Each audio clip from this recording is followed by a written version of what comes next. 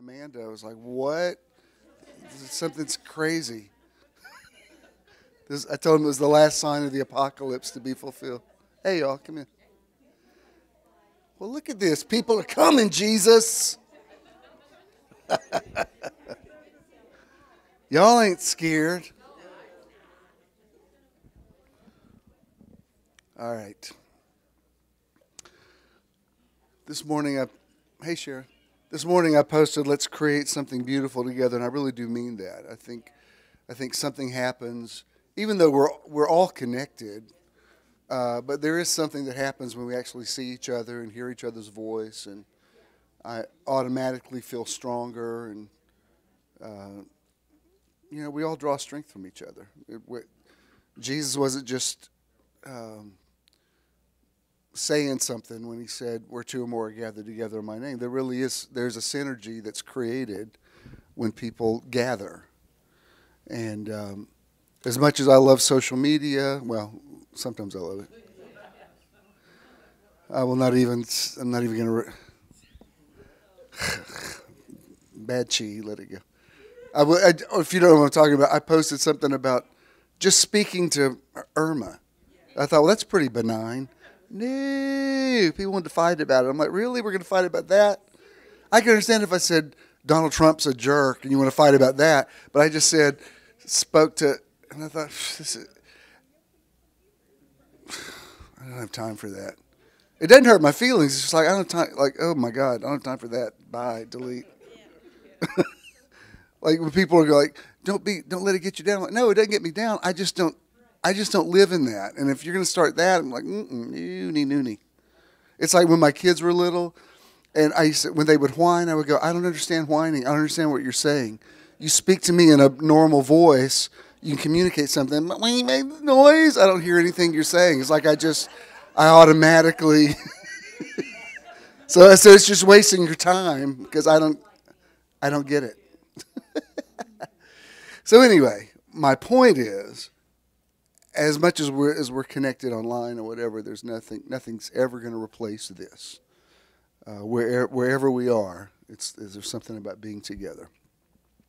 I never take it for granted. Today, walked in and Wellington's out there opening the door and doing stuff. I said, I really appreciate this. I mean, I want you to know I never take it for granted, and he knows that. But it's like once in a while you just have to say it. Like, wow, thanks for coming. All right, if you will run that, por favor. That's Espanol. Good morning, and welcome to Metron. Metron is measure or sphere of influence, and we want to help you find your Metron through motivation, enlightenment, transcendence, renewal, outreach, and networking. Today is your day to find your Metron, and we hope you enjoy the service. Good morning, buenos dias. Welcome to Metron. We're glad that you're here. Those of you that are streaming, I'm assuming you're hearing the sound of my voice. I know we had a little bit of a technical glitch last week with the sound to streaming, but I think we're all up to speed now. And for those of you that are en route to wherever you are trying to escape storms and plagues and apocalypses, and I mean, at a certain point, I don't mean to sound flippant about it, but when we just did Harvey, and now here's Irma, and now they're telling me about Jose and somebody else. After a while, you're just like, whatever. I mean, so it's the end of the world. Okay, let's make today count. How about it? And I don't mean to sound. I mean, I'm sure it must be a terrible thing for people having to be evacuating their homes. It must be really terrible for those that have evacuated that now think they may not have needed to, but all I'm saying is we spoke a little bit of the storm, and I'm not saying Irma's not coming, but right after we said some stuff, she did go down from a 5 to a 3, and if those troublemakers would just shut up and get in some agreement, we could get her down to a 1. But people wanted to fight with me. I'm like, fine, let it. Do your thing, Irma. I tried to help y'all. I'm not talking to y'all. But whatever happens, no plague shall come nigh your dwelling. So stand on that 91st Psalm. All right, you may be seated. what I want to do today, I'd like to start with the meditation. And I was, if that music's not as long as I thought, then we may just do two back to back. Is that okay? Well, if you tell people not to come in, tell them why. I don't want somebody to cut you out there in the lobby. When you told Chandra the other day she couldn't come in, she's like, "What you mean I can't come in? You're not going to tell me?" That's funny. Say what? Yes. Ushers will get special crowns in heaven for sure. We need this today. We need this, not just the coming together, but I want to make sure you get some quality meditation time in today. Thanks for your great feedback. Frances posted yesterday, who was already an excellent cook. She says Doc says she cooks better since she's been meditating. That's what he said. Look, I'm not going to argue with that man. I said that man's a sage. If he says she's cooking better, I'm like, from your mouth to God's ear. So those of you that can't cook, if you just meditate, you will learn how. And Eddie was just telling me that at his print shop, even just running the spa music and lighting a candle, he said it makes a difference with the atmosphere there. I said, it definitely does. I listen to meditative, not all the time, but in my car I'll listen to meditative music, and I notice that if there's a lot of traffic or whatever, it makes me deal with it better. You know, just hearing the music, there's a subliminal message in the music. Just say, relax. It's just traffic. You know, don't make it something that it's not. And you know, suddenly I think, well, I'm in this beautiful car listening to beautiful music, and it's climate controlled, and you know, it could be worse. I'm not out walking, so I might as well, you know, kick in some gratitude. So that's what we're going to do today. I think everybody pretty much knows what how we're going to do this today, and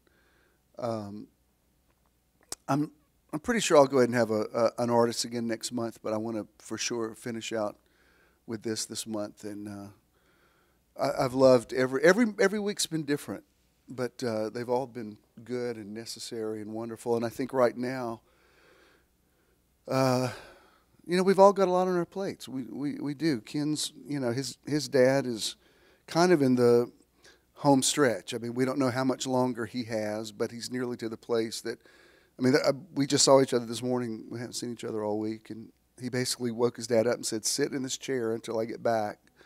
And you know, I've got my hands full with my parents. You've got your hands full with all kind of stuff. So this is a little moment that you have to kind of charge your battery. And this really does make a difference. It's making more of a difference than you realize. And to me, anything that pushes back on stress is a good thing. Because stress is, I mean, I think stress is worse for you than cigarettes or alcohol. I mean, it's just the worst. So we're putting some stress into perspective. So let's do a few things. Can we bring the lights down? I've already lit a candle. We won't take any pictures during meditation. Those of you that are listening to this podcast, you can just meditate wherever you are, or if you're watching it on YouTube. And what I'd like you to do, if you put both feet on the floor, sit up as straight as you can. I know we all have our ways that we like to relax in a chair, but there is something about bringing your spinal column into some kind of alignment. It brings balance to you. It helps with your breathing. Even if you don't sit that way all the time, you can do it for a few minutes. I honestly, y'all are so good at meditating, I don't really have to over-explain this. I think you already know what to do. But you don't have to close your eyes. You can if you want to, but the main thing we're going to concentrate on is breathing. But one thing I do want to do, go ahead and start the music and let me kind of talk us into this. I don't want want you to try to clear your mind, because when you try to clear your mind, it sort of persists. So just, if your mind wanders, just gently bring it back. Just bring it back, bring it back. And let's start breathing. Main thing meditation is about is breathing. My preference is to inhale through the nose and exhale through the mouth. If that works for you, then do that as well. If not, find a breathing mode that you can be consistent with. Get some oxygen to your brain, into your blood. But before we start breathing, I do want to take you to a certain direction, because we're talking this month about letting go. So I want you to, if you can, this is what I'd like you to do is, when you inhale, hold it, and then when you exhale through your mouth, just whisper those words. Let go. Breathe in, hold it, let go. Breathe in, hold it, let go. Well, what are we letting go of? Well, you know what you need to let go of. Breathe in, hold it, let go. You might even want to say, I'm letting go, or I let go. Say it in your mind, or just say it and just whisper it. Inhale, hold it. I let go. Hold it. I let go. Inhale. Hold it. Exhale. Let go. I let go. I'm letting go. And in any form of saying that, that's what I want you to get in that rhythm of breathe in and then let it go. Inhale, hold it, let go. Let go of the things you can't control.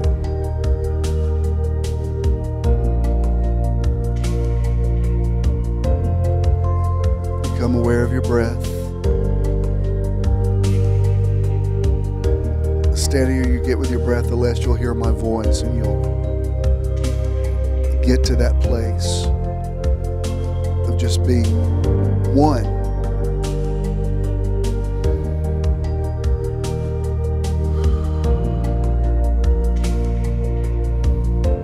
Inhale, exhale, I'm letting go.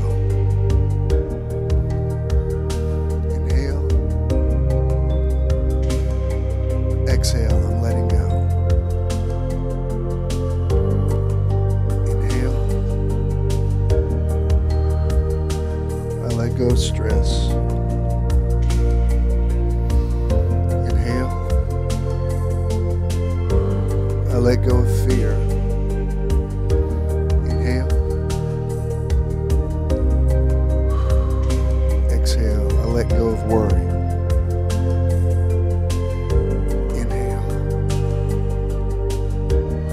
Exhale, I'll let go of hurt feelings. Inhale.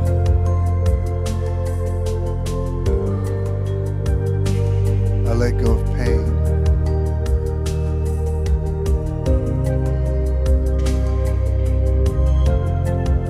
If you think of anything at all, just think of your breathing. Breathe in. Breathe out. Breathe in. Breathe out. Inhale. Let go. Breathe in. Hold it.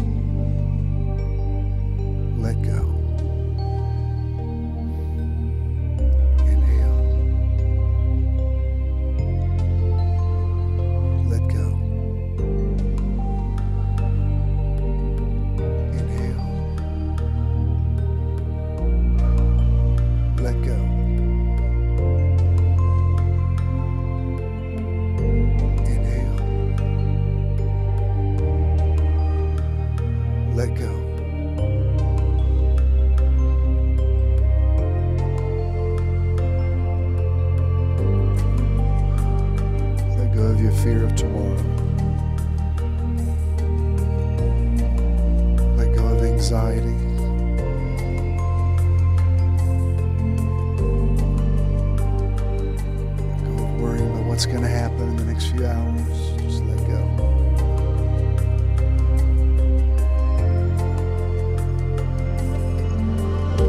Inhale. Exhale. Inhale. Exhale.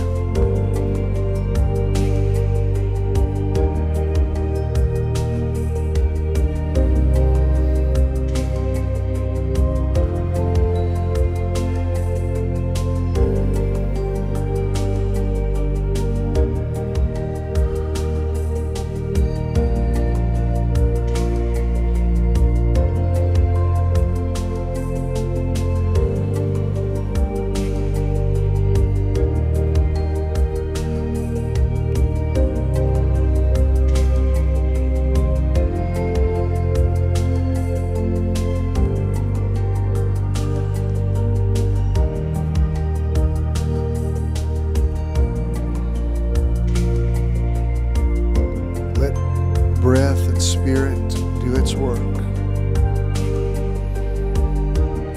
Breathe in, breathe out. Breathe in,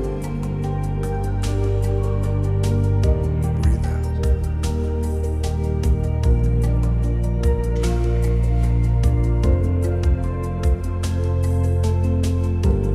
Exhale whatever's toxic that's inside of you. Exhale not just out of your lungs, but out of your bones, out of your muscles, out of your internal organs.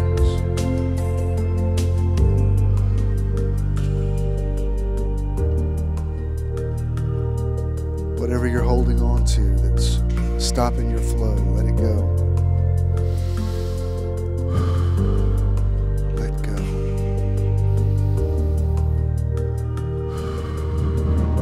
Let go.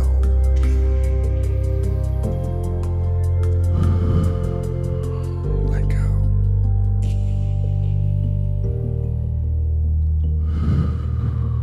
Let it go.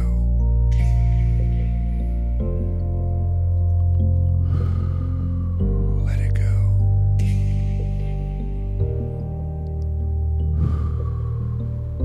Let it go.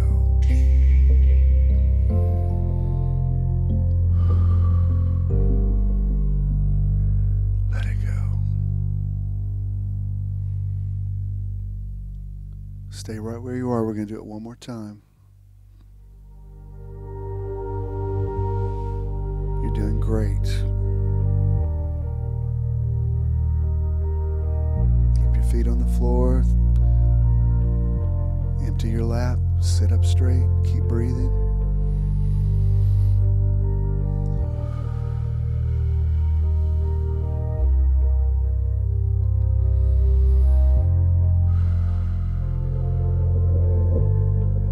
Breathe in peace. Exhale chaos. Breathe in strength. Exhale weakness. Breathe in serenity. Exhale strife.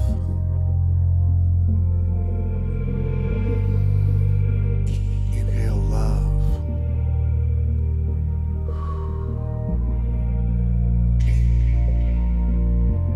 Let go of division, arguing, things that upset your spirit. Just breathe it out. Breathe it out. It's not just coming out of your mouth, it's coming out of your fingertips, out of the top of your head.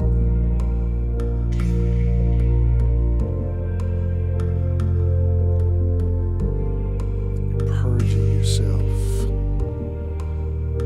purging your physical body, purging your mind, purging your spirit, purging your aura. It's just flowing out, flowing out. Breathe it out. Let it go. Let it go. Let it go.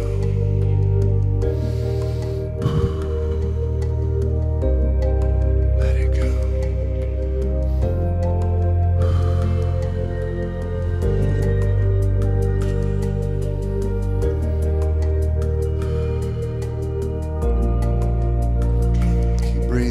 the rhythm of your breath.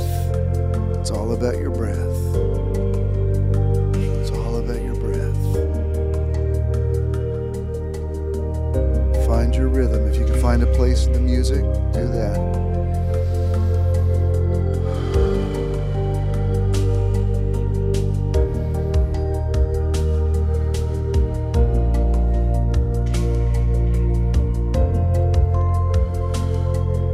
Exhale pain out of your heart.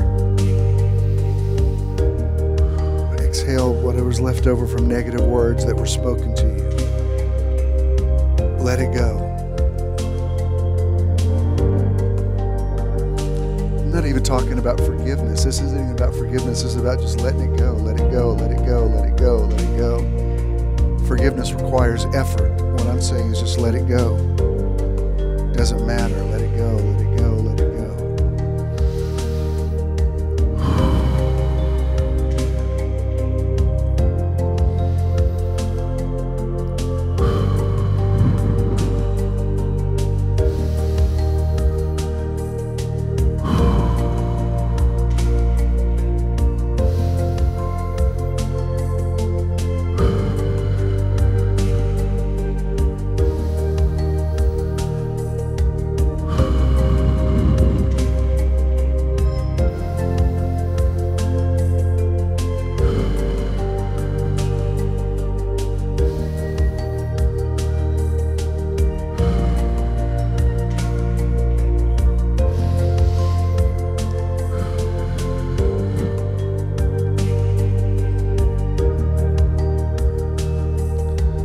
Something you've been holding inside of you since you were 7 years old. Let it go.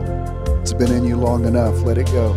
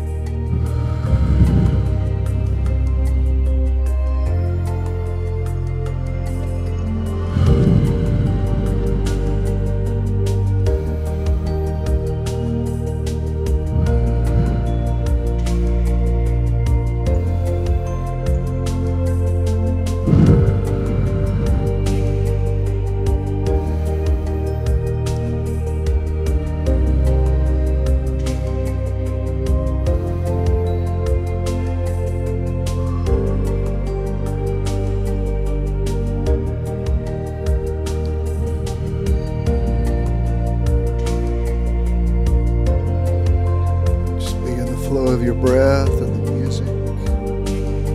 Be relaxed, be at peace. Let your face relax. Let your shoulders relax. Let your hands relax. Let your bones relax, your muscles relax.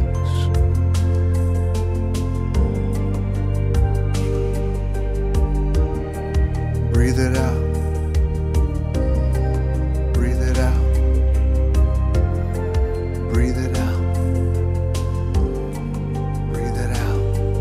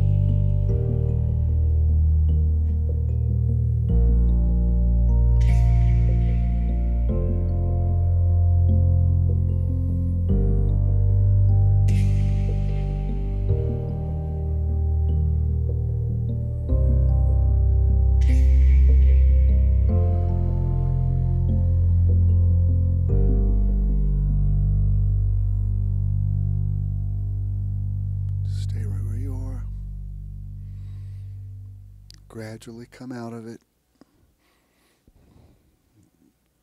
Don't come out of it abruptly, but just sort of come back into your body, into the manifestation of your physicality. We can bring the lights back up. Wow, that was good. That was really good. You know, you just meditated for about 17 minutes. I mean, that's a long time for a lot of people.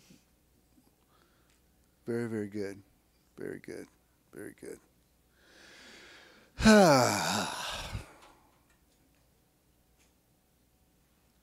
Everybody good?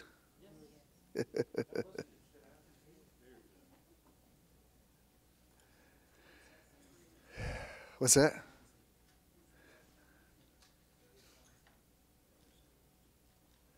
It takes a few minutes. At a certain point, you start. It's like there's breathing that's kind of right here, but if you go in a few more minutes, it doesn't take a long time. It just get a little bit deeper. You start feeling sort of deeper stuff coming up out of you, and it's not gross or anything. It's not like you're throwing up or anything. It's just like you're just breathing out. You know what I mean? It's not like deliverance. It's like, no, I don't know if that was a word of knowledge for somebody, but I just felt something you've been holding inside of you since you were 7. It's just time to let it go. It doesn't. Breath is amazing. You know, even you've seen so much in the last few hours about the winds of a hurricane, but you know, it's amazing. Water moves a lot, but wind does too. And I don't know. When you get your breathing right, especially when you're sitting upright and you're breathing, it just flushes a lot out of you. Did you feel it? I felt it. And I'm not even particularly stressed out, but I just like, oh, wow, I could just feel, it's kind of like it went in 3 stages. It's like I was breathing, and then I'm like, wow, and then like I felt it coming out of my muscles, out of my shoulders. You know, sometimes you don't even realize you're just sitting tensed up, you know, because you were bombarded with stuff, you know. You had to get up, you had to drive here today, whatever. It's like, I mean, you can handle it. It's just, you just need a minute to, good. I thought about when I was doing this is how little I recognize the depth of breath while I'm meditating, but in my everyday life I don't breathe that I'm aware of. If you didn't hear what Eddie just said, he said one thing that happens to him when he meditates is he becomes more aware of how rarely he breathes deeply, and I think we all can do that. You know what I mean? We kind of breathe in the upper register. What's that? Yeah. Yeah, and that's why meditation is about breath, and it's about realizing you have all this lung capacity, and you need to use it. And sometimes when you're not, like if you're walking around, it can really make you dizzy if you're not used to breathing a lot. So there's something about like sort of gradually moving into it. You kind of take your breath deeper, deeper, deeper, and that's why, you know, when you see some of these Buddhist monks that they've gotten to a place where they can meditate for like 24 hours unbroken, and that's when really unusual things have happened, like where they levitate and stuff. You think, don't worry, you're not near floating out of your seat yet. Some of you are like, hey, now I'll breathe with you a little bit. I ain't floating now. But okay, good.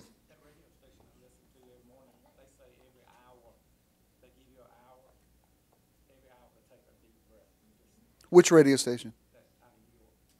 Oh yeah, Ken's on the road a lot, so there's a station he listens to out of New York, and every hour they remind you about your breathing. I mean, honestly, I don't want to oversimplify it, but I don't think breath would cure all of the world's ills, but it would make things a lot better if people would just calm down and breathe and not overreact. Think about the things that you've made worse in your life because you responded too quickly or overreacted, or you moved out of your emotions, and before you knew it, you said something that you didn't really mean, and you caused irreparable damage. It's hard to unring a bell once you've said something, and sometimes just the breathing. Even I don't second guess the things I say when I'm in that mode, but even when I said this isn't about forgiveness, forgiveness requires an act of the will. And forgiveness is a good thing, but there's some things when you talk about forgiveness, you're like, I can't go there on forgiveness with that person. If you talk about just letting it go, yeah, I can do that. And it's kind of a different thing. Because forgiveness, I'm a big believer in forgiveness, but forgiveness does mean that you have to think about the thing that you're forgiving the person for, which can kind of reactivate it. But just letting it go is, it's just letting it go, you know?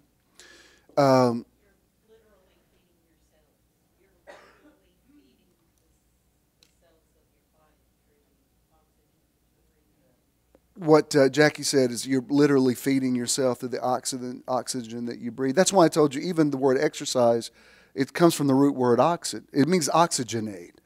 That's why if you've ever worked with a trainer, they keep telling you breathe, breathe, breathe.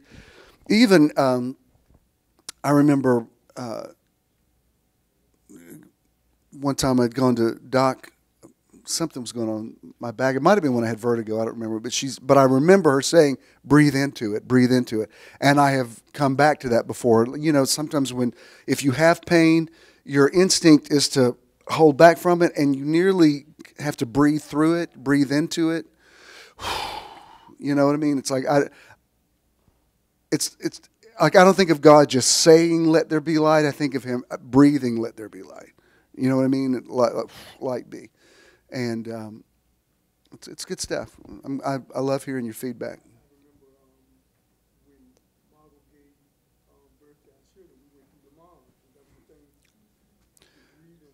Fro was talking about Lamaze, and I think you mentioned that, Cynthia, last week. It's not like Lamaze takes the labor pains away. It helps you manage them. You know what I mean? It's like that's why it's all about, same principle about breathing. And that's whatever you learned in a Lamaze class is applicable to just going through the stress of life. Sometimes it's just like, well, I got to breathe through it, breathe through it, breathe through it. Couple of things, and then I'm just going to share with you. We're in a different mode this month, and I think you understand that. Our outreach this month is Hurricane Harvey. It's like so much has happened since last week. We're like, who was Harvey? I don't remember that. But those people in Texas are still, they're still in the middle of their stuff. And so I don't know what we'll do next month, but that's where our money is allocated for this month. And we're doing it through the Red Cross.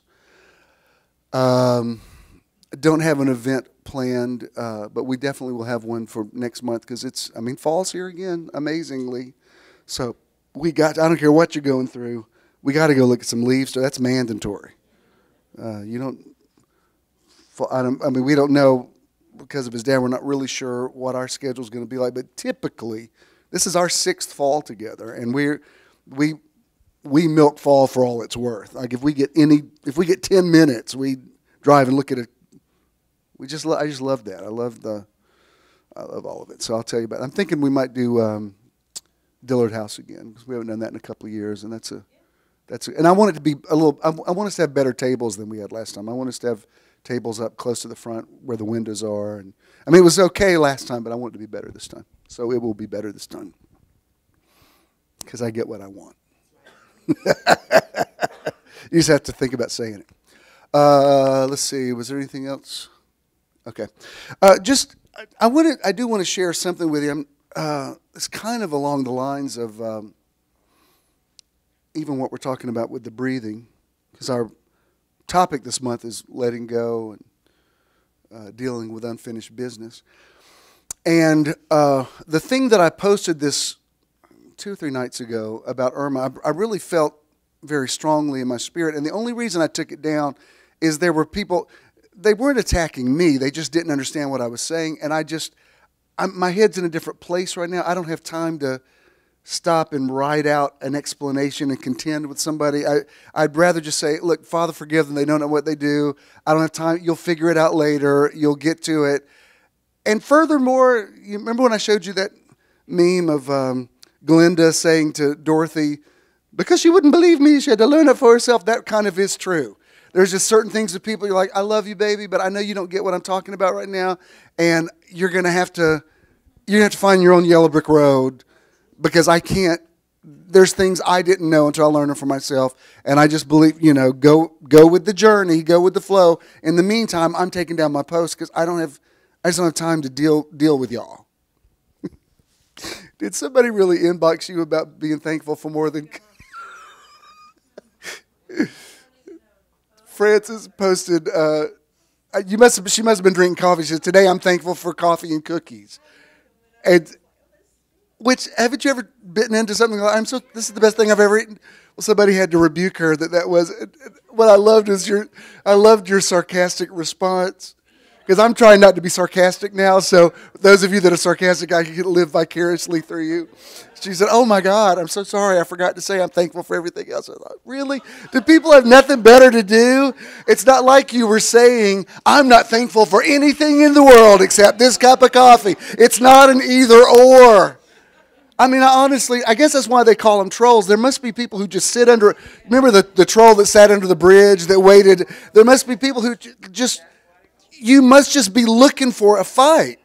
Like I would say, look, there's some things that are worth fighting over. If you want to fight over racism or politics, whatever, all right, I don't want to get in the fight with you, but there's a fight. But some things like, really, coffee and cookies? Like, you really need a hobby, baby. Like, you might want to look into knitting. It's just ridiculous. But I'm only saying that to say, let me tell you what I said in this post, because it's kind of a new neuropath for me. I was just sitting there, I was watching the news, watching all about the hurricane stuff, and this is how I didn't feel compelled to rebuke the storm. You know how, like in the Godfather movies, the whole thing about the mafia was if you went to the Godfather, you didn't disrespect him. There was a way that you approached the Godfather, and gangs have that mentality as well. That if the worst thing you can do to a gang member is disrespect them. Like people get killed for disrespect. And I was thinking about it. I thought, first of all, storms, they're not from the devil. And whatever you think about global warming, it doesn't matter whether you believe in it or not. Something's going on. Right now, we're just dealing with the fact that a hurricane's coming. And I love Florida. I would like Florida to stay there. I like to go there frequently. But not that I thought of Irma as a thug, but I thought, this is how I addressed. I didn't pray. I addressed it to Irma. I said, "Dear Irma, I am in awe of nature." Because I am, they say this storm actually started in Africa. And it swirled, and they could track it all the way across the Atlantic, which is kind of fascinating if you think about it. Like, I don't want to be in the path of destruction, but it's kind of amazing. And, main thing I miss about Barack Obama is people don't have they don't have him to blame storms on now. They've gone back to blaming it on gay people. And I've had several gay people I know say, on behalf of the gay community, I'd like to apologize for the storms that we caused. And I wrote to somebody, I said, well, we did vote on it at the meeting, if you'll remember. That was our project for this year. I think we're planning on 3 hurricanes this year. Sweet Jesus. So anyway, I thought this is how I felt like, because I was thinking about when Jesus calmed the storm. If you think about it, he didn't rebuke the storm. He spoke to it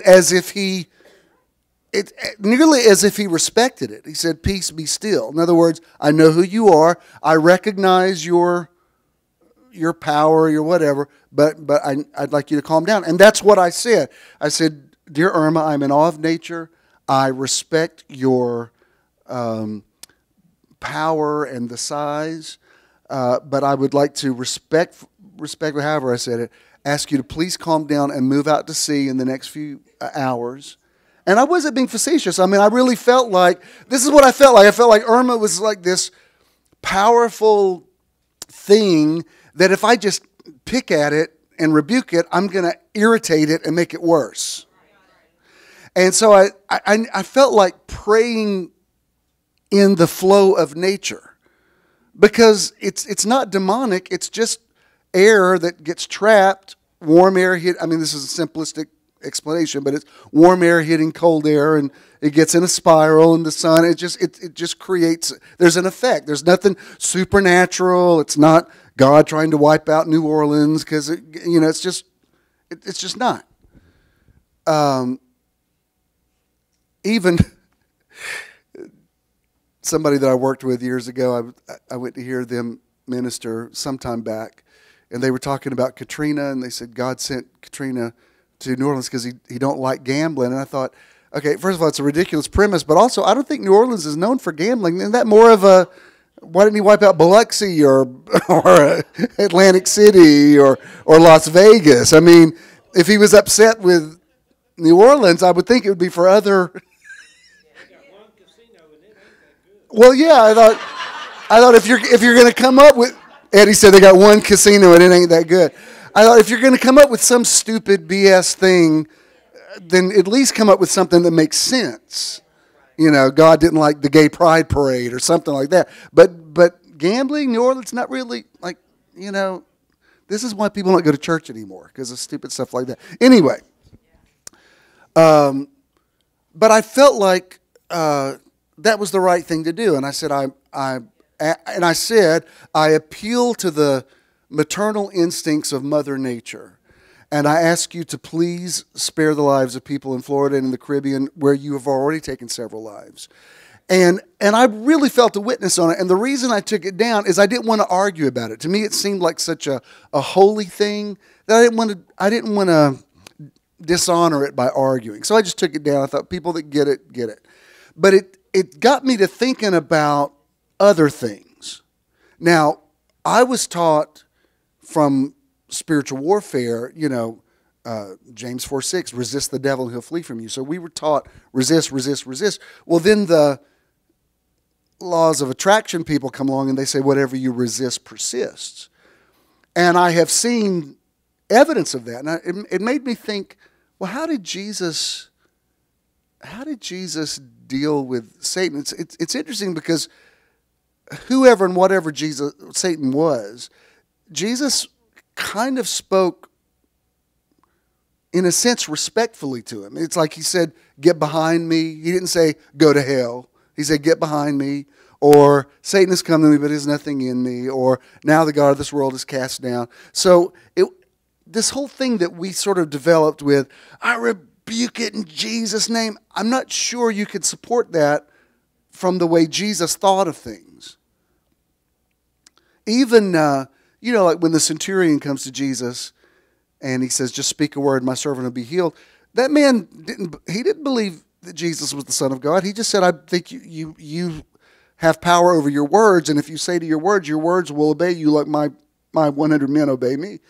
And Jesus said, that's the greatest faith I've seen in Israel. He didn't say, rebuke the false gods of Rome and come and worship me. He just said, wow, that's amazing that you know that. This whole us versus them thing that Christianity developed, I don't think really can be supported from the Gospels. Those that are not against us are for us. So it's got me to thinking, and I'm very careful how I say this, because I know there are people in here who have been affected by disease. We're dealing with Ken's dad right now. But it's made me think that when you do have something like cancer or whatever, just hear me out. I'm not saying not to push back. I'm not saying not to get treatment. I'm saying there's a way that you need to think about it, nearly like, understand what I mean, respecting it. Do you understand what I'm saying? It's like, it's not a trivial thing. It's, all right, cancer, I see who you are, and I recognize that you've taken a lot of people out. I don't want to irritate you. Sometimes the doctor will open you up and they'll say, we were going to take this tumor out, but we're afraid that if we do, it's going to metastasize, and it's going to end up being worse. I think sometimes,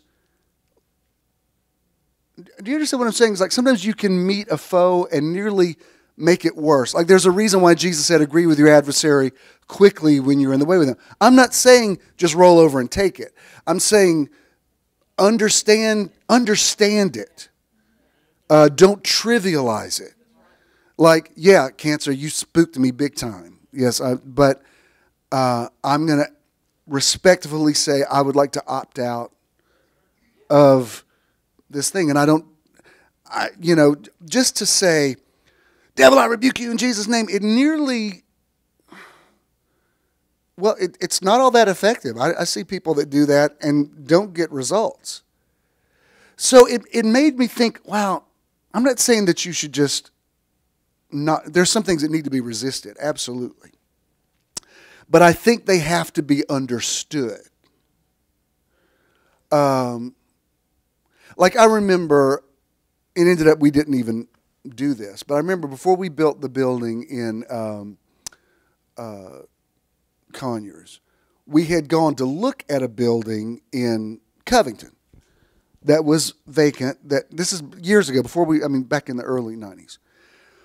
And I happened to know that that property butted up against a pastor that I knew. That he and I were okay with each other, but we had awkwardness because sometimes people get mad at me and they leave my church and they go to his church, and it was just awkward. We didn't really have bad blood, we just had weirdness. And I remember I called him before we went and looked, and I said, "Look, I want to say something to you." I said, "I'm taking my staff tomorrow, and a real estate agent is going to show us this property that's close to your church. But I recognize that you've been here for years. I consider you an elder in this county, in this city, really a gatekeeper. And I can only do this with your permission. And if you're not cool with this, I won't go look at this property." And he said something interesting. He said, if you hadn't said that to me, if I had heard Swilley's over there, he said, I would have gone straight to the pulpit and fought you with it. He said, but because you asked me, and because you put me in this position, really kind of have to give you my blessing. He said, I told my staff about it, and I said, well, it could be a great thing, and we could work together and do great things for this city. Now, it ended up we didn't get that property, but it taught me something. Like I could have made an enemy out of him. I could have said, you don't own Covington. Well, the thing is, there's a reason why people don't disrespect your house. Do you know what I mean? There's some things, like Judah got into a scrap with a boy from the church years ago, and I could have pressed charges because he actually came into our house. But I looked, and now when I look at him on Facebook, I'm like, you really ought to thank me that I didn't move you in a certain direction, because I could have. If y'all just had an issue out in the parking lot, y'all work it out. Once you walk through my front door and I start attacking people and breaking my furniture, now I'm going to have to say something about it because you disrespected where I live. And God spoke to me and said, what if that was your son? So I had mercy on him, and thank God, because he is still friends with a lot of people that I'm friends with. But it taught me a lot about why you acknowledge even evil power or power that you consider contrary to you. Do you know what I mean? It's new, and I'd never thought of this before, but it's like I thought of it as, cancer's nothing to mess with. So it's nearly like, not that it needs to be loved, but it needs to be acknowledged. Like, wow, cancer, I recognize that you're a big deal. And just I don't know, I just never thought of praying this way, but I thought of it with these storms. To me, frankly, I didn't have the faith to believe that I could just say, Irma, I rebuke you in Jesus' name. That just didn't even, I could say those words, but that didn't seem real to me. I mean, when they're saying it's the largest storm that's ever come to the United States, I'm like, well, that's bigger than what Jesus rebuked on the Sea of Galilee. But what I could believe is, Mother Nature's, God's not angry. I think Mother Nature is. And I thought, I've just been thinking there's a different way we need to pray. Even there's a scripture where it says that he said, Satan, the Lord rebuke you. Remember, it's like there's a certain arrogance sometimes among spiritual people that nearly makes them come across as petty. And I believe that you have ears to hear what I'm saying, and that's why even with the breathing today, that's what I was feeling is there's some things that realistically, I don't know that you can forgive it unless God just did something amazing to you. But you know, like somebody kills somebody's child or something, I think, how do you forgive that? I mean, I don't know. I don't know that I could do it. So you have to learn another way. How am I going to deal with it? I'm going to breathe out the effect of it. And there's just something about flow, about harmony, about learning how God thinks about things. And it's just a more, it's like, I think if you, for lack of better term, honor the power of something else, I think you make it less dangerous to you. Do you know what I mean? Because sometimes, it's just like when two guys that are way too full of testosterone get in some stupid fight and end up killing each other over something they don't even feel that passionate about. And you think, was that worth it? Was that worth it? Y'all shoot each other over that? When really, there's something about just saying to somebody, man, no disrespect. You misunderstood me. That's not, that's, you're not being a punk. You're being mature when you do that. It's not that you couldn't fight it. It's like it's just not worth it. And that's what I was trying to explain. Somebody posted me yesterday, and it's still on there, but they posted because there was a video of all the living presidents coming together and asking for hurricane relief for Harvey. And President Trump also endorsed it. So it's not like they were working against him. But when I look at that, with as much tribalism and division as there is, I'm so happy when I see Jimmy Carter say, and both President Bushes are standing for Texas. I'm like, thank you. It makes me feel like, yes, that's my America. When people who can have different ideologies but still work together for a common purpose. And so I posted, and I hate that I have to make these disclaimers, but I said, please keep any negative comments away, just because I don't want to, including, I mean, you don't have to read between the lines to know what I probably think about our president, but I don't want to get involved in the fray. You know what I mean? And like, there's enough of that going on. If that's what you want to do on your page, fine. My head's not there. So to me, like, there's nothing else that could be said about him that hasn't already been said. So I'm like, and I can read something that somebody else posts and go, I feel you.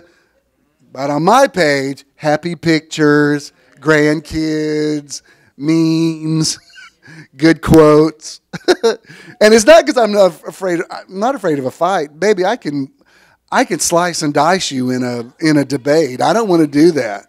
But that doesn't bring me joy. I don't, I don't want to do that. I understand why Moses prayed. Remember when Miriam and Aaron rebuked him for marrying the Ethiopian woman, and their arm turned to leprosy, and he prayed mercy on him because that wasn't what he wanted. He just wanted a black girlfriend. Because once you go black, right, and that's in the Bible. In that Bible, that's in the Bible, right? Right under blacks don't crack, right? I discern the times. I probably need to even stop joking like that. I'm the last white man in the world that can say stuff like that, and I'm probably not getting by with it. But y'all know what I mean. Ain't nothing wrong with a little chocolate. You heard? Okay. I'm sorry. Edit that out. I don't know where that came. The devil is a lie.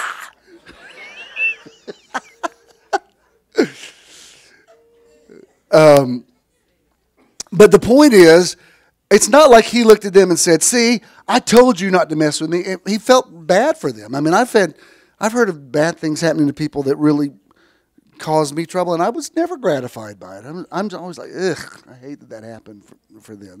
That's not what I wanted. So I don't know, it's just a different place I'm at in my head. Even, I want I want to build a bridge with you. I don't want to. If there's certain things we're never going to agree on, then fine. Let's don't talk about those things. Let's find the things that we can agree on, because I'm telling you, the trajectory this country's on is not healthy, where people are just getting more and more polarized, and nobody's hearing anybody anymore. Now it's just like, well, I'm not hearing anything you're saying because I know you're a liberal or you're a conservative or you're a Nazi. And people use all these words. You got to watch what words you use. Before you call somebody, you call somebody a Nazi, that's pretty deep. Or call somebody a communist or whatever. It's like those are extreme. I've gotten very aware, like a couple times lately I've been really hungry and I've nearly said, I'm starving. And I think, no, you know what? I'm not starving. People in third world nations are starving. I'm famished. I'm really hungry, but I'm not starving. And I don't even want to say those words over myself, because we end up saying these extreme things that they're not even true. So I've been thinking about that, and I just want to show you these 3 quotes. They're all about letting go, and they kind of are all along these lines. The first one is, I think it's Lao Tzu, and he says, the best fighter is never angry.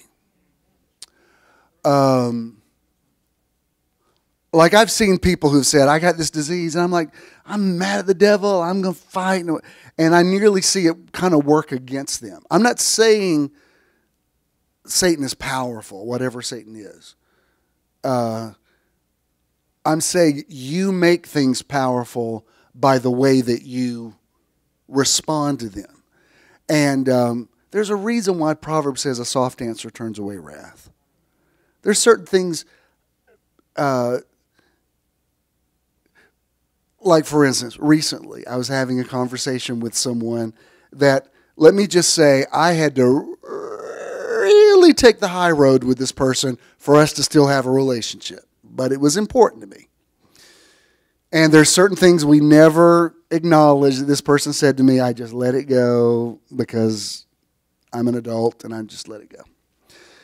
But having a conversation with this person about somebody else that he was having problems with, I said, well, how's that going? And he said, well, we've kind of come to terms. He said, I just don't like having, bad energy out there with somebody and, saying bad things to him. And I had to resist every sarcastic urge because I wanted to go, you mean the time like when you told me? And I thought, no, there's no point. That's where this person is now. So I'm going to let that old stuff go that we're probably never going to resolve and just say, well, good. At least now you got it. I would have preferred that you had gotten it a couple of years ago. But it was kind of a touchstone for me because I could have said, that's really ironic that you would say that, but it didn't matter. Living in the now is really powerful. And Scripture says there is a time to be angry. Paul said, be angry and sin not. I'm not saying that some anger isn't justified. What I'm saying is when you fight angry, sometimes you need to fight smarter. Sometimes even your own day can become an opponent. Do you know what I mean? Like when you suddenly realize this day is, I hate this day. And before you know it, you're fighting the energy of the day. I think sometimes that's dangerous. For me, I would rather just say, let me regroup. I don't like the direction this day is going in. I don't like the thoughts I'm thinking, which are going to, if I don't arrest them now, there are going to be words I'm going to say that I don't want to say. So I'm going to reboot. I'm going to change the energy on this day. I'm going to create a new reality and not fight it. Letting go is not necessarily a sign of weakness. Sometimes it's a sign of great strength. The second thing I want to show you is by this woman. I don't know why that's her name, but that's the way she has it. She says, if you want to forget something or someone, never hate it or never hate him or her. Everything and everyone that you hate is engraved upon your heart. If you want to let go of something, if you want to forget, You cannot hate. I completely agree with that.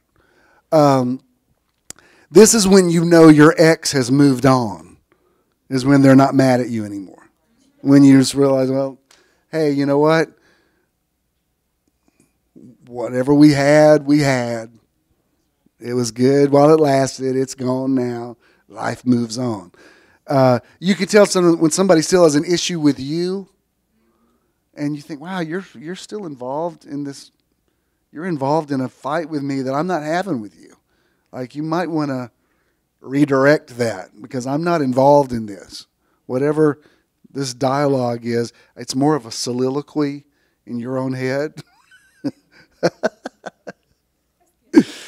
I remember one time, and I say these things with detachment now, but I remember another pastor.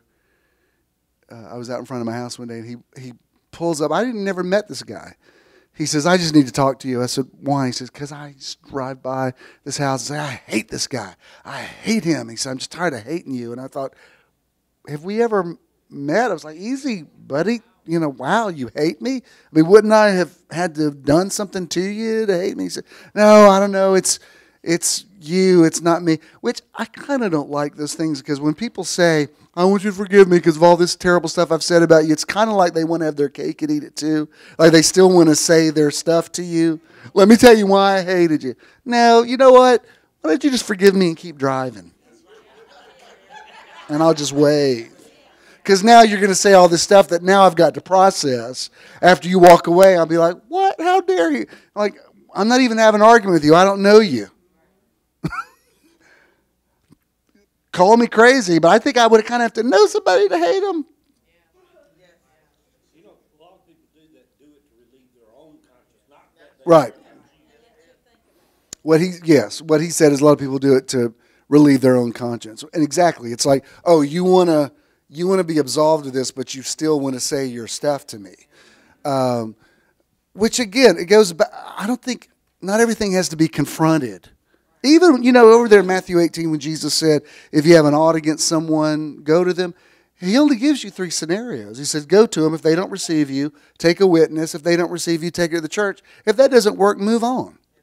He didn't say, you just hang in there and you harass them until you finally wear them down. I mean, even the turn the other cheek thing is like, all right, you get 1 more of those, and that's it. I just got 2, and so then we're done. You hit me again, I'm going to hit back. This idea of, I'm just not going to give up till I make you love me. No, you're going to get a restraining order. You remember this just blew me away. A few years ago, there was this comedian who, he had a routine in his thing about, ladies, if you go out with a man one time and he never calls you again, he's just not that into you. And they made, people like, we've never heard such wisdom. He ended up writing a book, and they made a movie about it. And I'm like, duh, really? Are people that? But his point was, women who say, well, he hasn't called, but I know, I could just tell there was a way he looked at me. And I thought, wow, really, are people in that much denial that it takes this guy just saying something that's so obvious? Because basically people do what they want to do. If you can't get somebody out of your mind, you're going to call them. Just say, I've been thinking about you for weeks, but no, that doesn't work that way. So if somebody doesn't call you back, that's why I don't harass people about, if you're not here for a little while, I'm going to be concerned about you if I make sure you're okay. But I don't harass you about, do I wish everybody came? Heck yeah. I mean, yesterday I'm reading just that little thing I posted about Irma, all the stuff people were saying. Even today, we were over here at Starbucks, and I didn't even tell you. While I was waiting for my coffee, some guy that I don't even recognize his name. He said, "I just want you to know I've been listening to your tapes from Church of the Now." He says, "You are the greatest teacher who ever lived." And I always think, man, I should be able to fill up this little theater if I'm this many people. Because people don't say to me, you preached a good sermon. They say, oh my God, you saved my life. I hear it at least once a day. So I always think, I ought to have a bigger crowd. But I'm so much about I want you to be here because you want to be here that I don't want to harass you. Like this morning, I thought, man, I hope people come today because, you know, you're hearing all this stuff on the news. You got a lot going on. Well, some people came. Hey, I'm not mad. The last thing you need is for me to sit up here and complain about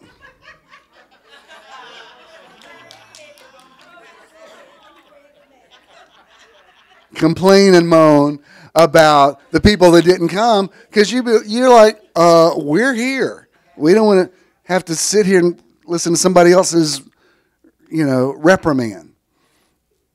I remember one time I was in the chapel choir when I was in college.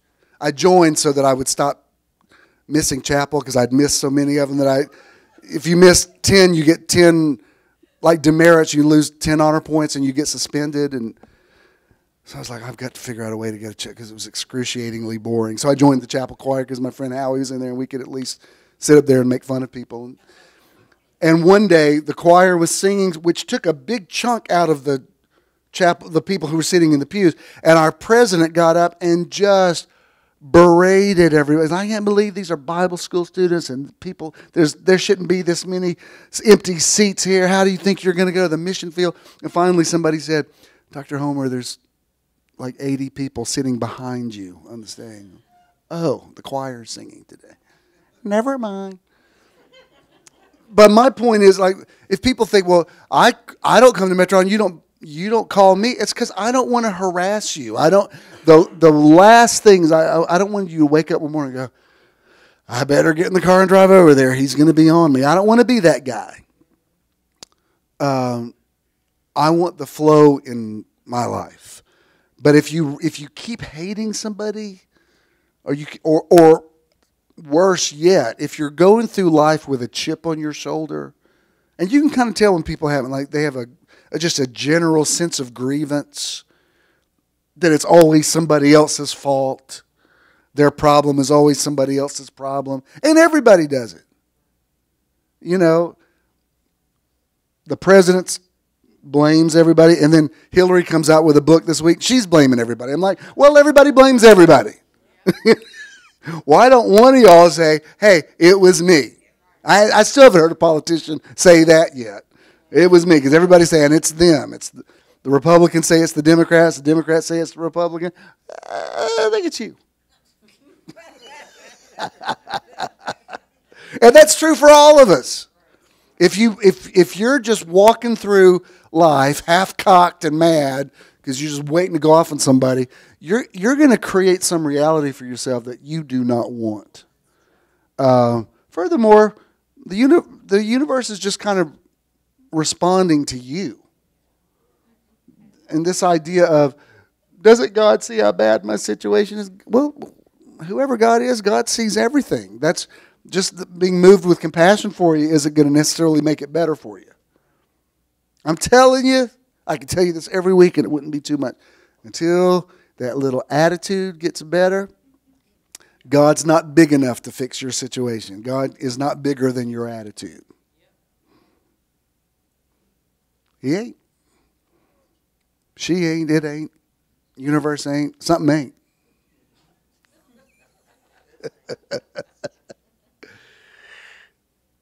When you finally say, hey, you know what?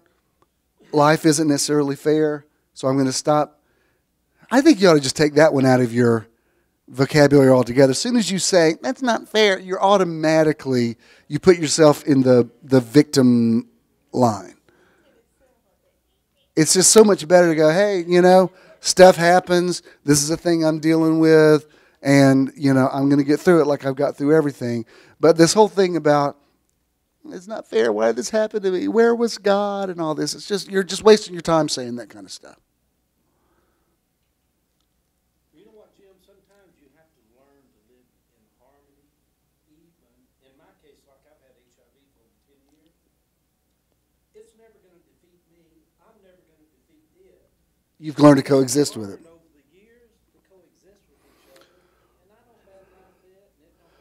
That's precisely my point.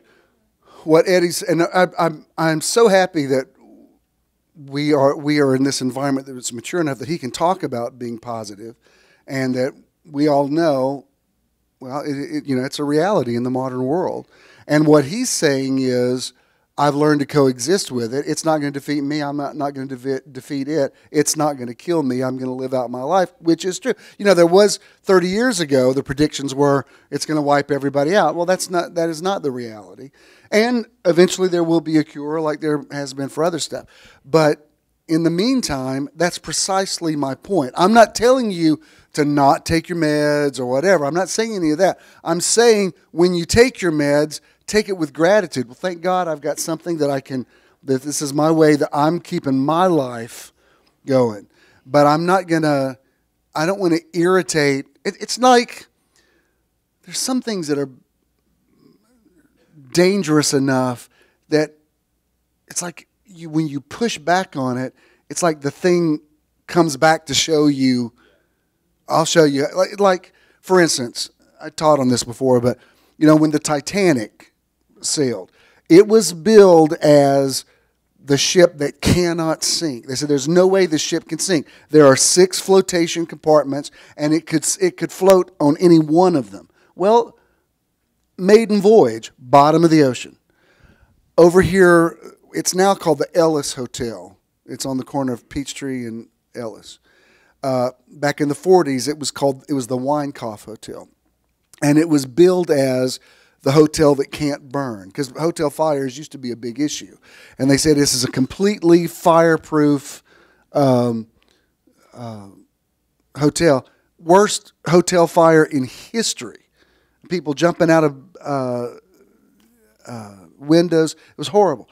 And then you got, I told you this before, but I was watching a documentary about the Twin Towers made in January of 2001, and they were interviewing the guy who was the caretaker of the grounds, and they said what would happen if a plane ran into it, and he said there's no way these buildings could ever fall. He said they can withstand impact. He said let me put it to you this way: when there is no more civilization, these 2 buildings will still be standing. And as he was talking, there was a crawl on the bottom of the screen that said he's one of the first ones that died on 9/11. Now, I'm in no way saying God's did that. I'm saying there's something about the arrogance of saying that you're indestructible. It's like, look, Jesus spoke to a storm. He spoke to a tree. He spoke to a dead girl. It's interesting how much time we think Jesus prayed, and really he wasn't praying that much. He was talking to the thing. He spoke to the fig tree. And I think when you say to things, certain things, to say like this, disease, you're not going to kill me. Let's find a way to coexist. And I think that's brilliant. And I see too many people who just it's like something Ken tasted the other day, because Ken's got a real sweet tooth, and it wasn't quite sweet enough for him. And he said, well, that was just enough to make me angry.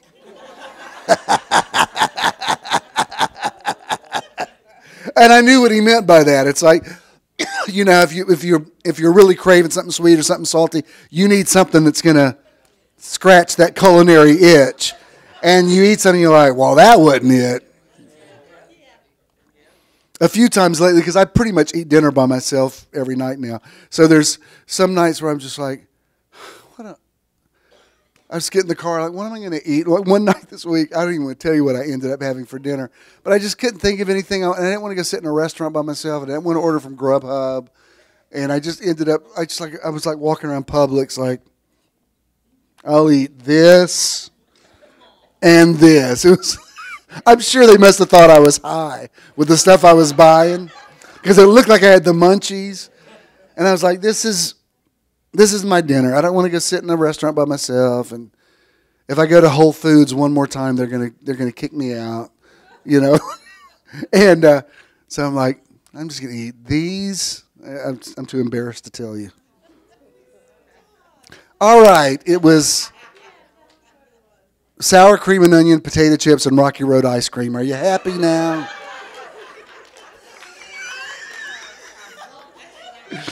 That's like the end of the jerk. That's all I need is these potato chips And this ice cream. And it was funny because I didn't even know what ice cream I wanted. I was just like standing at the freezer like, And this guy, he came and got the one I thought was the last Rocky Road. And I was like, wait, that's what I wanted. And then, like, no, okay, there's one more. This guy had no idea. He completely determined what I had for dinner. I don't eat like that every night, but I'm saying, what was my point in telling you that? Tell us how good life can be sometimes. No, that wasn't the point. I'm glad y'all were positive enough to have heard that. That's not. I was going somewhere with that. I was talking about.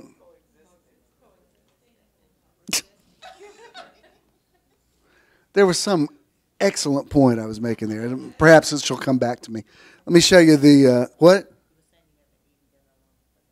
Yeah, but that sounds so sad. Huh? Yeah, but what would that have to do with? You might have just went off on a tangent. Preachers tend to do that sometimes. Oh, I know, because I was talking about you saying the sweets weren't enough. Yeah, but then what was the point of that? Yeah, but there was some reason I brought that up though. Yeah, but what was the point of that? I'm trying to connect these dots. What? Rub it in her face. That you can eat sour cream and onion potato chips and Rocky Road ice cream.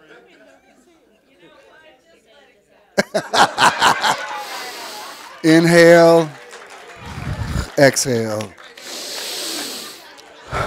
Everything doesn't have to make sense all the time.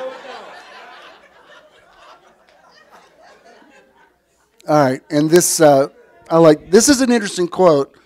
He says, have patience with everything that remains unsolved in your heart. Live in the question. Now that's interesting because I do like to know what's going on. I do want to know. I was reading Psalm 19 yesterday, where David said, who can understand his errors? Like what? Why do you respond to things the way you do? But there is something about solving mysteries but knowing you're never going to solve it all that I think is a more intelligent way to live. There's some things that I know that I get a sense for, and there's other things I don't. We're dealing with all three of our parents right now, and I kind of went inside myself this week and said, kind of give me a time frame. Like, what are we talking about here? And I got nothing. I didn't hear anything back. I thought, well, I guess it's not in stone. I guess there's nothing, I guess we're going to do this one day at a time. There's some things I just know that I think, well, no, I know that I know, or I feel prophetic. There's other things, well, you don't know everything. We know in part and we prophesy in part. And I think that's one of my biggest issues. Like, I was scrolling down the feed yesterday, and I got a lot of people I'm friends with that are like fundamentalist Christians or whatever, and they just sound so sure of everything that it nearly is off-putting. Do you know what I mean? It's like, I don't think Christians know everything. Like, there's something about, like if you want to pray a certain way, if that's what works for you, nobody should tell you that's not the right way to pray. I don't like that. If that's your way to make contact, there's a reason why it's called the secret place of the Most High. There might be a path you have to God that's secret to you, that I will never understand. So how dare anybody be arrogant enough to tell somebody else they're wrong? Which is why I deleted that post, because people were telling me you're wrong to do it this way, and I think, no, you don't. First of all, you don't know me. And I don't want to contend with you. You're living in a different dimension than I live in. I would rather talk to people that hear my voice, only because I just don't want to waste time. And I know there are other things, like I said, people have to learn for themselves. But I love the humility of the word namaste, meaning, look, if you have found a path, then I respect that. And that goes equally for people that are kind of still where I came from. If you believe certain things about God and the devil and the Bible, then fine. I'm not going to try to talk you out of that. That's why I don't even want to argue with those people. I'm like, look, I understand where you're coming from. If that's where the energy is for you, then fine. Like, you're trying to talk me out of something that I'm not trying to talk you out of. Harmony is so important. I was trying to explain this. No, I wasn't trying to explain it. I was telling Avery this the other day. I said, this is kind of the way I feel about strife and why I have such a reaction to it. And I may have said it to y'all, but you know, in the fairy tale, The Princess and the Pea, you know, that was they said that the person who was pure enough to become the princess, she had such whatever her body was, she could feel any imperfection in the mattress she slept on. And remember, that's how they even did a musical. That's how Carol Burnett got started. She was in Once Upon a Mattress, and they stacked up all these mattresses, and the princess laid on. They put a pea under one of them, and she could feel it, and that's how they knew she was the princess. I said that's kind of the way I feel about strife. It's like I have so removed anything from my life that's not joyous to me, that anything that just makes me feel a little bit, just the slightest bit stressed out, it's like I just don't have tolerance for it. If it's controllable. Like there's some stress you have that's like, you know, you have to deal with it. Things with your kids or whatever. I mean, but even with that, you got to put it in perspective. I've had this conversation with several of you who have adult kids. Any of you that have adult kids, repeat after me. Breathe in, let go.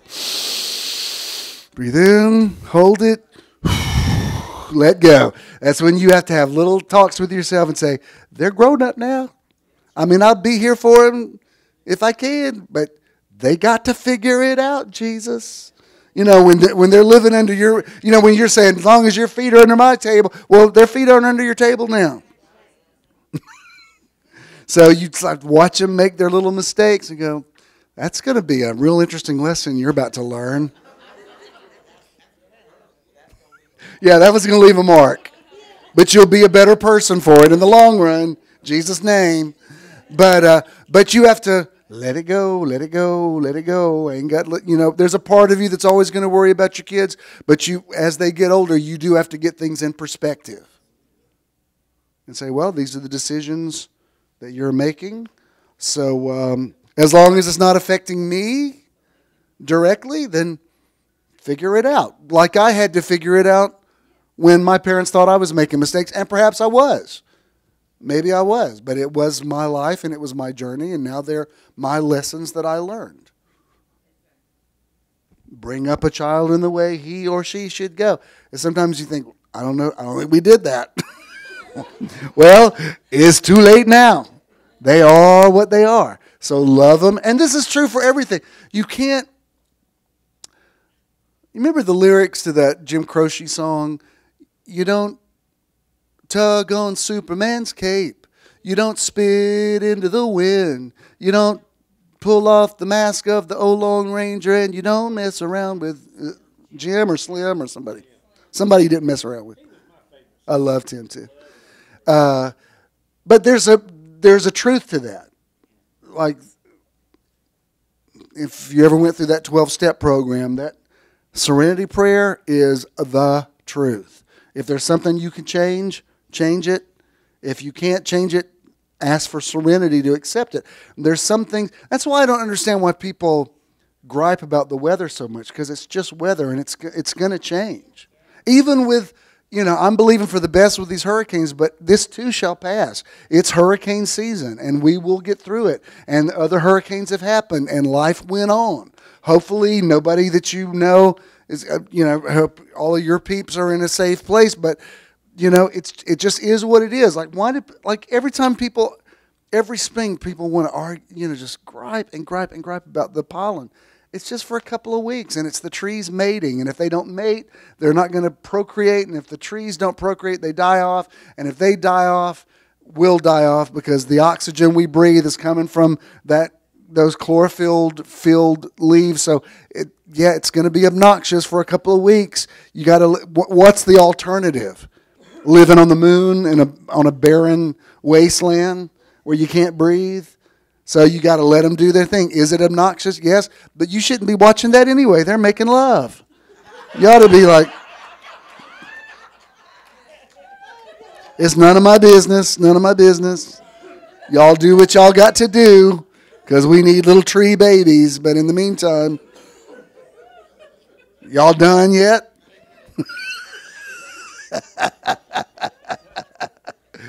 But I love this idea of living in the question. That's one thing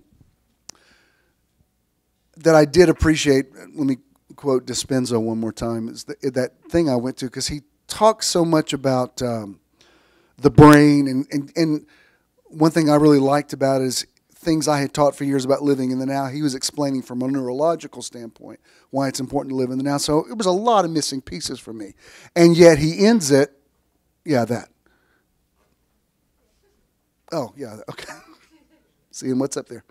But he always ends it with, but I don't have all the answers, and you're not supposed to have all the answers, and live in the mystery. And I'm like, yes, thank you. Because if you think you're going to answer everything, well, I can tell you this, there's some things you can find out the answers to. You don't want to see the answer. There's some things I don't necessarily want to know.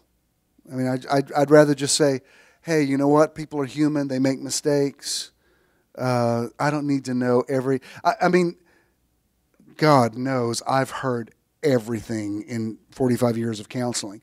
But I also know there was a time, especially when I was counseling a whole lot, people would come to me and they'd start telling me something, and on occasion I would stop them and say, now listen, before you go any further where I can tell you're going with this, let me say, nothing that you say is going to change the way I feel about you, but think about what you're about to tell me, because you may unload and then walk out of here and think, oh my God, I can't believe I told him all that, and then you're gonna think I'm thinking about it when I'm not, but it's going to be an issue with you. Now, if you're going to be cool with that, fine, tell me. I don't think you can shock me.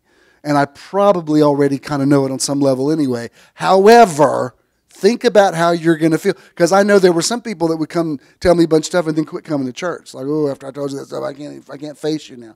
That's why I was trying to stop you. Of course, me, the people that would tell me, I think I have a drinking problem. Like, you mean like you've been coming to church drunk for the last 10 years? Yeah, I knew.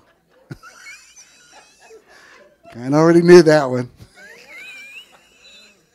Even back before I came out, like some people would be talking to me, I'd say, well, aren't you gay? And they'd be like, oh my God, I'm sorry, my bad. And then later, they always would be, but like they clearly weren't ready. I'm like, my bad. I didn't realize that's where we were. So let's back it up. Back it up to Denialville. I thought that's what you were here to talk about. Fine. But I like this idea of the mystery. You were talking about your little grandkids, like seeing the ocean through their eyes. So, and that's cool. Why else do you think Jesus, it says he put a child in the midst of them and said, unless you become like this child, you can't see the kingdom. That's what being born again is seeing the mystery. Like now the idea of going to Six Flags seems horrible to me. Although we've gone twice since we've been together. Once we went they had like a LGBT weekend, and we went that to support the community. And then once we took my granddaughters.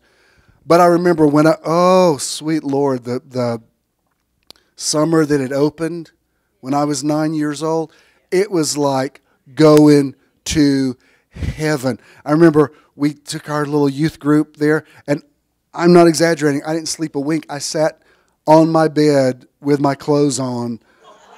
I just could, because I'd been seeing the advertisements to it. I was like, oh my God. And it did not disappoint. But I was seeing it through 9-year-old eyes. Then I went through the years of, dear God. I can remember taking Christina, and we'd stand in line for those rides. And then we'd get there, and she'd freak out. And I thought, you know what? You're going to ride this one. I'm not going to do this one more time. I remember forcing her into the screen machine, and people were like, sir, is there a problem here? I'm like, no, back off. She's riding this. I don't care if it scars you emotionally. I am not going to stand in this line one more time, and then you freak out. You're riding it. Look at my angry face. You're riding it. And of course, at the end of it, she's like, oh my God, that was so fun. I'm like, exactly. That's why I'm telling you to ride the thing. We didn't come here just to stand in line all day.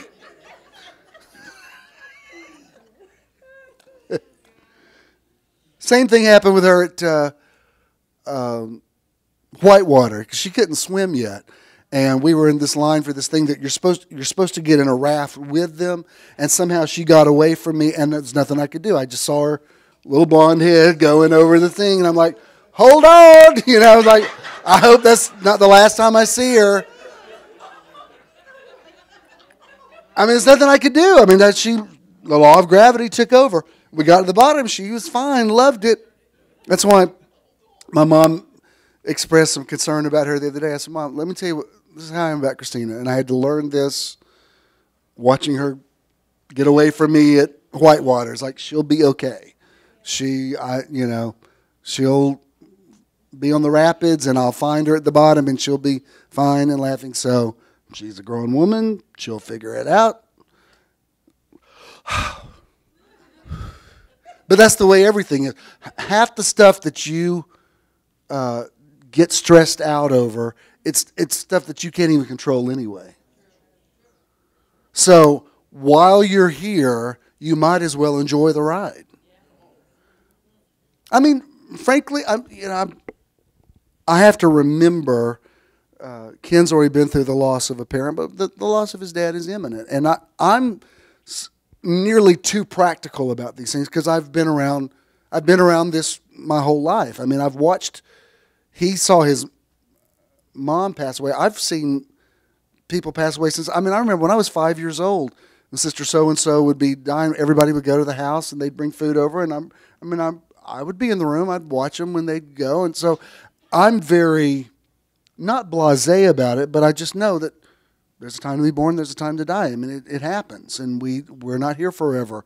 And I'm not ready to check out yet, but I know that time will come, and hopefully I'm at peace with it. I nearly feel like, and I don't want this to sound fatalistic, but you know how many of us are in a mode of simplifying our lives? Last night I posted an Einstein quote, out of the clutter, find simplicity. I keep finding that more and more, get rid of stuff that you don't need. If you don't need it, don't need it, don't need it. And I think that's kind of what you do, what you're supposed to do with your life. You keep shedding things until you're so streamlined. By the end, laying your body down, it's not a scary thing. It's just the next logical step in, well, I've lived out my time and I'm ready to see what's next. It's, of course, some of us may be here a lot. I was watching I've been catching up a lot on old movies, and there was a Frank Sinatra movie. Wasn't even that good, but I was like, well, let me see how this turns out. And it was made in '59. It's called A Hole in the Head, and a woman who just has a brief part in it. She just plays a drunk woman coming in. She's a comedian. I can remember her name now. But she was there talking to Ben Mankiewicz. And, she's little and frail. And I thought, she's probably, I guess, I didn't even do the math on it. She looked like she's maybe 85 or something. Totally, everything he's asking her, she's talking about movies she was in and memories. He says, now, how old are you going to be on your next birthday? 105. I'm like, 100 and what the what?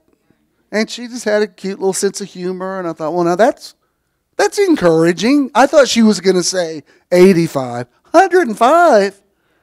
She's like, yeah, I just love being in those movies. It was so much fun. We had such a good time. I'm like, well, that's how you live to be 105, is you just enjoy the ride. And if something happens to you, then just like, well, you know what? This is the new normal. So let's figure out what happens now. Because when you're just resistant of things, like, I want to still dress cool, but I want to dress cool for a man of my age. Do you know what I mean? There are certain things I think, all right, you don't want to lose your edge, so you're going to keep that, but this, no, you're not going to be able to do that. And those are those moments where you go like, no, I'm not sacrificing the cool. Like, you're never going to see me in a pair of high-waisted pants, and, I'm never going to look like a geezer. That's never going to happen. Socks with sandals, and like, you can tell there's some guys that there's one day they just gave up. It's just like, what's the point? That's never going to happen. But there has to be that version of, all right, well, here's what it looks like at 50. Here's what it looks like at 60. And, and sometimes you'll see some people like, okay, I like the way that guy's kind of got it. That's good. I want to keep some youthfulness to me. But I also know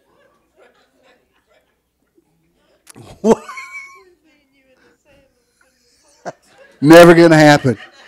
If you ever see that, then just go ahead and put me down. Take me to the Humane Society and say we need to put him down. Because the worst thing I can imagine is not being cool. That would be the worst. So I'm never compromising that. But I also know that you are, of a certain age. You know what, Jim? I can tell when somebody's looking good, the difference between somebody trying to look younger. Right. When they're trying to look younger, it's kind of icky. My mom always said, she said, I would rather look good than look young. She said, there's a lot of ugly young people.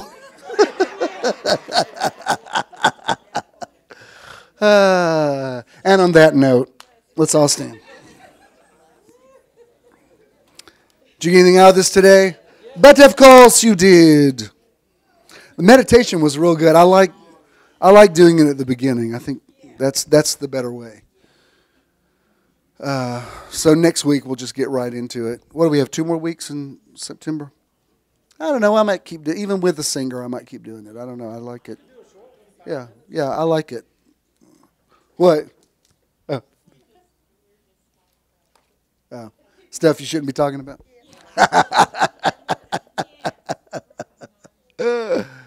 Please remain standing. Let's play this, especially for the YouTube audience. Contributing to Metron is quick and easy. Simply text the amount you would like to give to 404-620-5044. And now you can give anytime by texting this number. Easy peasy. You will then receive a one-time registration form that links your phone number and opens your account at SimpleGive. Simple. Complete the form, and you will then receive a successful registration and donation page. For additional information on your account, visit bishandthenow.com and click the Support tab. Then Online Donation. Donate. When you contribute to Metron, you're also supporting the charity or organization of the month. Thank you for your investment in Metron. I was interpreting. If you're making a check, make it JESM, and Danny will receive that. If you have cash, pay it forward. And thanks to those of you that gave the cash to me last week. It really helped. I appreciate it. So thank you. But you take it wherever you got energy for. Our year of living your best life this month is be connected. So that just means, nurture your relationships. I do speak safety over you, whatever's going to happen in the next few hours. I speak safety and protection over your house and over your yard and the contents of your yard. And there's order and peace and clarity. If you have relatives that are in flux because of this, I just pray for them. I speak peace and protection over them. And I still say, Irma, we respect who you are, but We would prefer for you to move out to the sea and not take any more lives. And Mother Nature, we honor who you are. We're in awe.